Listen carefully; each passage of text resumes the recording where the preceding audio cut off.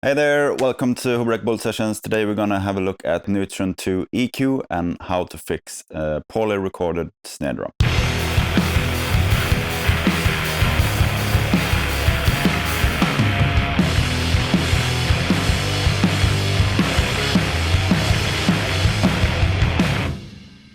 This is kind of a fix it in the mix episode, which I should probably not encourage, but sometimes crap happens. And this time it surely did. I wasn't really paying as much attention as I should have to the snare drum recording when we recorded the Dead Sleep album.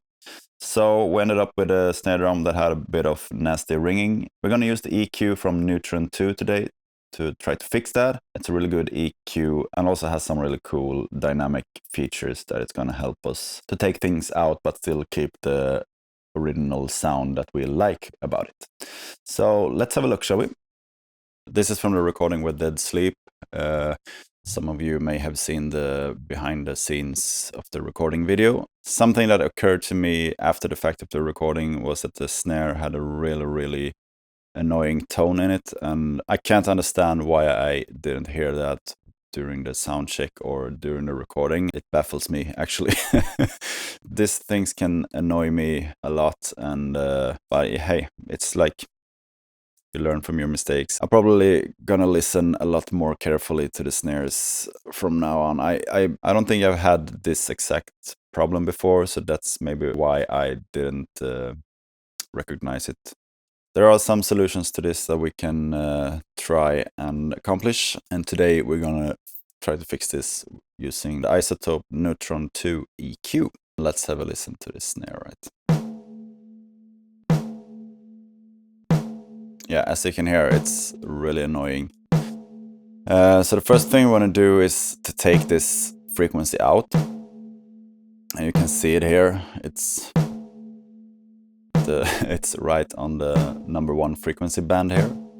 And it's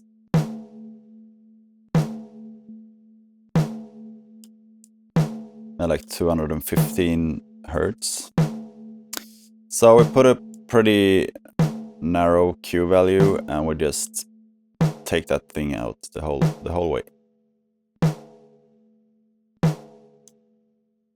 And we try to widen the Q value until it starts to sound a bit weird.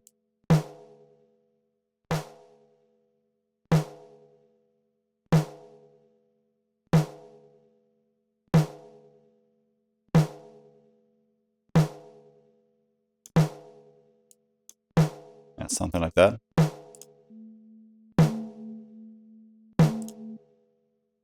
That's a huge difference. So, but when doing this, we obviously also take out some useful frequencies here. Some of the punch is usually around 200 hertz, so we should try to bring some of that back right when the snare is hit.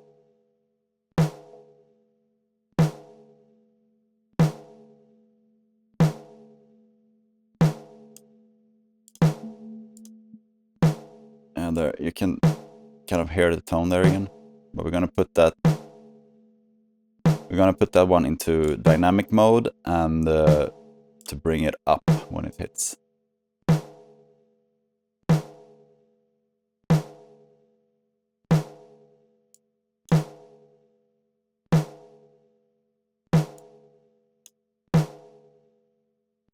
We're gonna put a threshold so it's not like bouncing down as you see it did at first.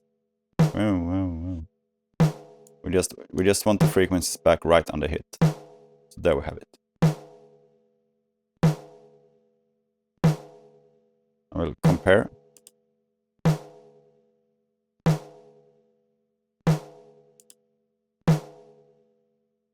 Yeah, we have some of the punch back. When doing a cut like this, you can also make up for it by putting a little boost like right below or right above the frequency you're cutting. So we're gonna do that to bring some of the punch back a little bit more. I would probably go below since I really like snares with a low punch in it.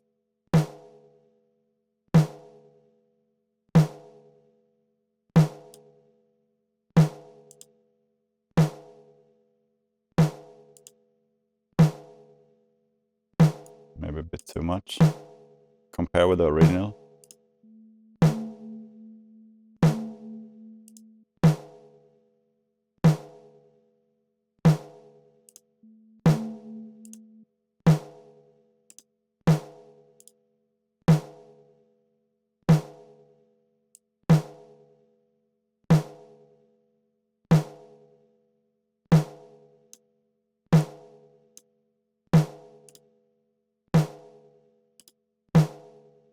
I would say it probably sounds better without, but if you compare it to the original sound, I think we're closer with a tiny bit boost here at 173 hertz.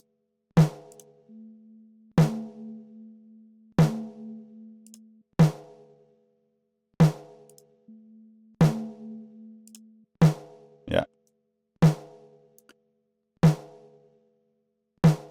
So while we're at it, we can also add a little top end to this snare without bringing up also the bleed from cymbals and hi-hats. And we're going to do that with the same sort of dynamic EQ as we did here on the third band. So we start the seventh band here and put it in dynamic mode and up.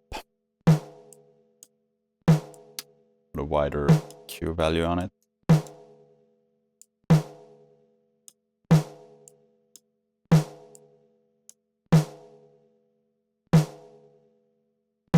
And then you see it only boosts the highs when the snare is hit.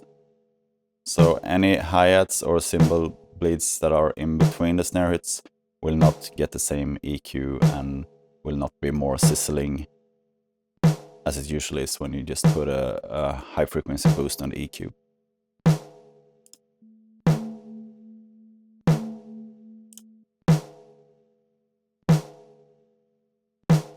Yeah.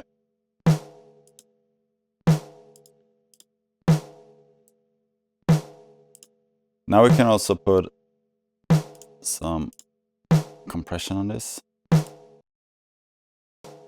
I love 1176s on snare and slow attack, fast release, maybe, I don't know, 4:1 or 8:1 ratio.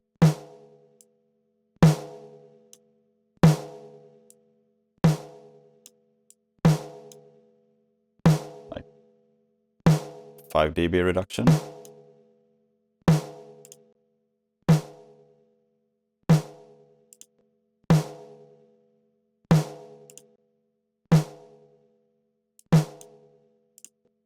Yeah, there we have a lot more punch. But then also we're bringing some of that ringing tone back again, as you can hear.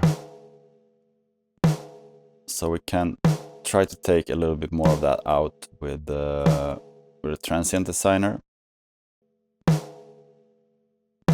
There are a lot of other transient shapers, but this is the one I have that I like the most.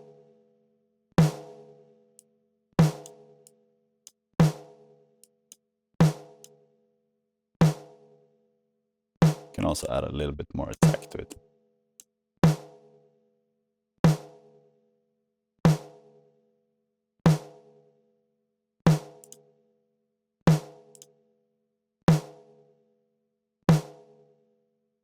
Yeah, listen before and after.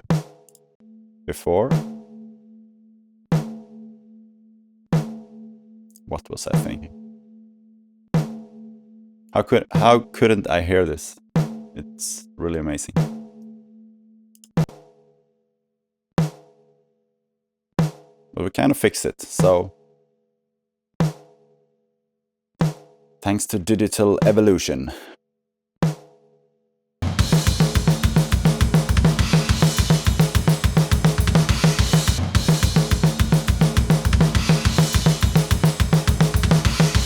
Yeah, so there you have it. Some pretty neat programs that Ozone are coming out with, and dynamic EQs can be really a lifesaver in those kind of situations. I just need to point out that you should pay 100% attention to the recording when you're doing the recording, so this kind of things don't appear, but you know as well as I do that sometimes these things just happen, and then of course you need tools to fix it.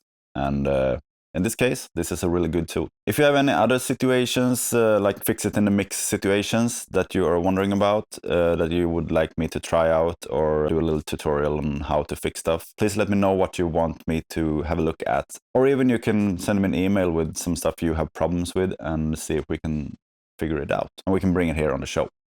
So thanks for watching. As usual, please subscribe, share with friends, hit the like button, leave comments. It helps a lot. So see you next week. Bye bye. Cheers.